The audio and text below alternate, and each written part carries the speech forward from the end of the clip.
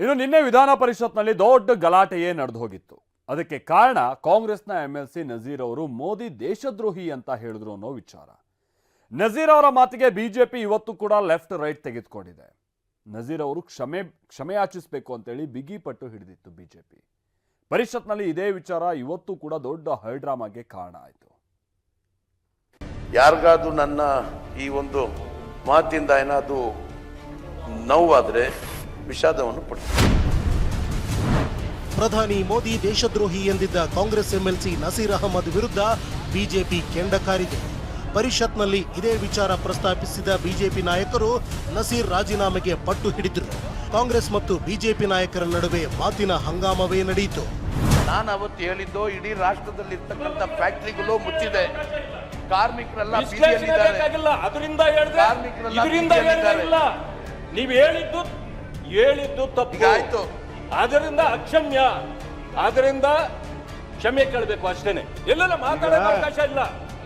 ಪೀಠ ಏನ್ ಆದೇಶ ಕೊಟ್ಟಿದೆ ಅದನ್ನು ವಿಶ್ಲೇಷಣೆ ಬೇಕಾಗಿಲ್ಲ ನಮಗೆ. ನೀವೇ ಪೀಠದಲ್ಲಿ ಕುತ್ಕೊಂಡ್ಬಿಡಿ, ಇಲ್ಲಾಂದ್ರೆ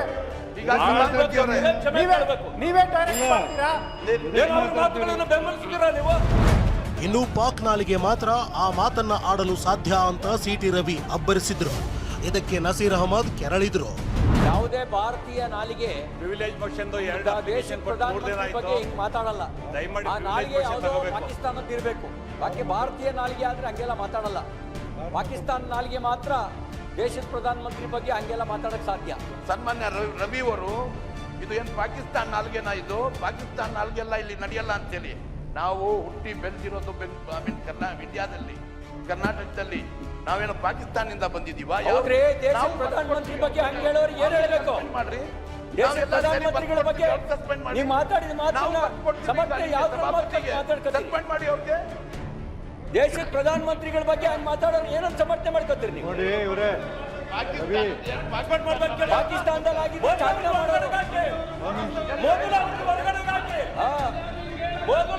ಭಾರತ ದೇಶದವರು ಮಾತಾಡೋದಿಲ್ಲ.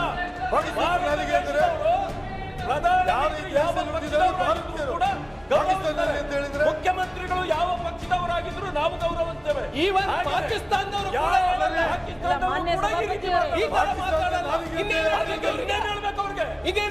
ಇದಕ್ಕಿಂತ ಒಳ್ಳೆ ಪದಗಳು ಏನ್ ಹೇಳ್ಬೇಕು ಅವ್ರಿಗೆ? ಸನ್ಮಾನ ಮಾಡ್ಬೇಕಾದ್ರೆ ನಸೀರ್ ಅಹಮದ್ರನ್ನ ಹೊರಗೆ ಹಾಕಿ ಅಂತ ಚಲುವಾದಿ ಪಟ್ಟು ಹಿಡಿದ್ರು. ಅದನ್ನ ಹೇಳೋದಕ್ಕೆ ನೀವ್ಯಾರು ಅಂತ ಕೈ ನಾಯಕರು ಹುಡುಗಿದ್ರು.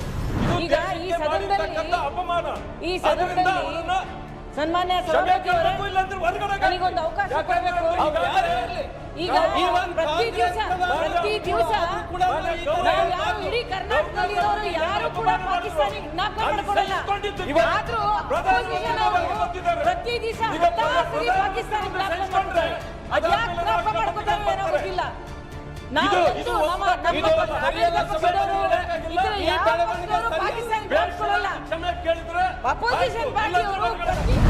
ಪರಿಷತ್ನಲ್ಲಿ ಸಿಟಿ ರವಿ ಹಾಗೂ ಸಲೀಂ ಅಹಮದ್ ನಡುವೆ ಪಾಕಿಸ್ತಾನ ಕಾಳಗ ನಡೆಯಿತು. ಯಾವುದೋ ಪಾಕಿಸ್ತಾನದ ನಾಲಿಗೆ ಮಾತ್ರ ಈ ತರ ಮಾತಾಡಕ್ ಸಾಧ್ಯ, ಭಾರತದ ನಾಲಿಗೆ ಹಿಂಗ್ ಮಾತಾಡಲ್ಲ ಅಂತ ಹೇಳಿದೀನಿ. ನಾನು ಯಾರ ಹೆಸರನ್ನು ಉಲ್ಲೇಖ ಮಾಡಿಲ್ಲ. ನಾನು ಯಾರ ಹೆಸರನ್ನು ಉಲ್ಲೇಖ ಮಾಡಿಲ್ಲ. ನನಗೆ ನಮ್ಮ ದೇಶದ ಆ ಪದವನ್ನು ಭಾರತೀಯರು ಬಗ್ಗೆ ಪ್ರಧಾನಮಂತ್ರಿ ಸ್ಥಾನದ ಬಗ್ಗೆ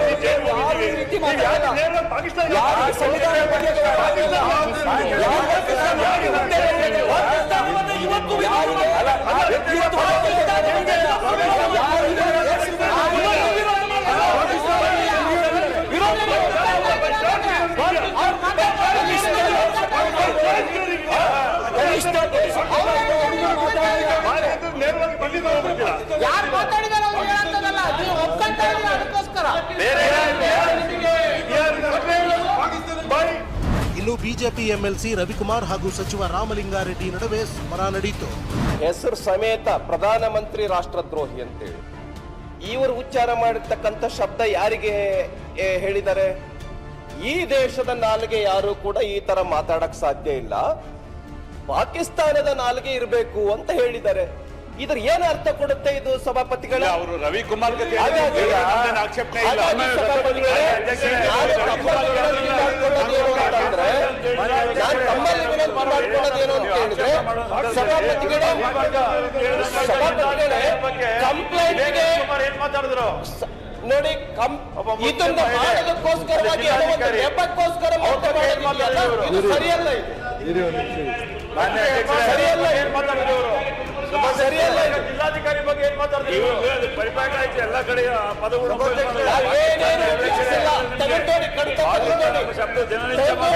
ನೋಡಿ. ಇಷ್ಟೇ ಅಲ್ಲ, ಬಿಜೆಪಿ ಎಂಎಲ್ಸಿ ಸಿಟಿ ರವಿ ವಿರುದ್ಧ ಸಭಾಪತಿ ಹೊರಟ್ಟಿ ಗರಂ ಆದ್ರು. ಶ್ರೀನಿವಾಸ್ ಅವರು ಮಾತಾಡಿದ್ರು.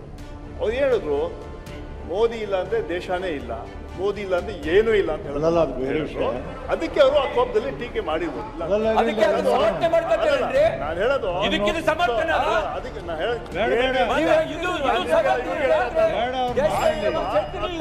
ಅದನ್ನ ಇದು ಯಾಕೆ ಹೇಳಿ ಅಂತ ಹೇಳುವಾಗ ಮಾತು ನಡೆದಿದೆ. ಅದರಿಂದ ಅದಕ್ಕೆ ಇಷ್ಟು ಅದಂತ ಸರಿಯಲ್ಲ ಅಂತ ನನ್ನ ಭಾವನೆ. ಅವಕಾಶ ಮಾಡಿಕೊಡಿ. ನರೇಗಾ ಬಗ್ಗೆ ಚರ್ಚೆ